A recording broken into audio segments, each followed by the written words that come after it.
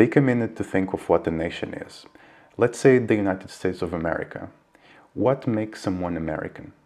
Is it their physique, their genetic traits, their family lineage, or even their pheromones? Or is it the concept in their mind stemming from a mix of identity, ideology, gains they get from abiding to that concept, and perceived protection and support they get from their peers because they believe that person is aligned with the same core values? I would say it's the latter. The same can be said about a company. A company is not a physical being, but the figment of our shared imagination. As Yuval Harari mentions in his book *Sapiens*, Peugeot, the car company, doesn't really exist except in our minds.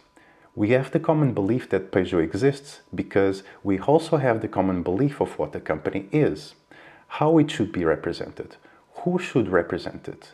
We recognize it as an entity which has duties and rights and laws it should abide to. Laws as well are worth nothing if only one person believes in them. They are powerful when a large group of people believe in them and they expect others to do as well. That's why we have courts, prisons, and educational systems for that matter. They are ways to punish, format, and incentivize the entire group to have the required level of cohesion and to keep rowing in the same direction. That's why complete anarchy loses its edge on a large scale. It depletes one of the main things that humans have going on for them, which is for large groups of people to agree and rally on common goals, even though they don't know most of their fellow members. As N.K. Humphrey suggests, these ideas, behaviors, or styles, spread by the means of imitation from person to person within the culture, also known as memes, could even be considered as living structures, not just metaphorically. And the generational propagation of a meme outweighs the lifespan of the person who actually created it. So, in a way, we're living inside the dreams of dead people, as Yuval puts it. That being said, how do we align on a common concept or belief? We've seen how powerful and valuable it is to have a broad range of concepts aligned within a group of people. They bring value to the whole, but also to the individual. You can force someone to align to a given concept through blackmailing or coercion, for example. But since they see little value going on for them, they also have little incentive to grow it inside themselves, or to propagate it into others. Stories, however, they allow you to describe a world into others that they can interpret inside their head, and by themselves they can know how that would benefit them and the ones around them. Stories are an information transmission mechanism that allow humans to align on a given set of concepts, and they're everywhere.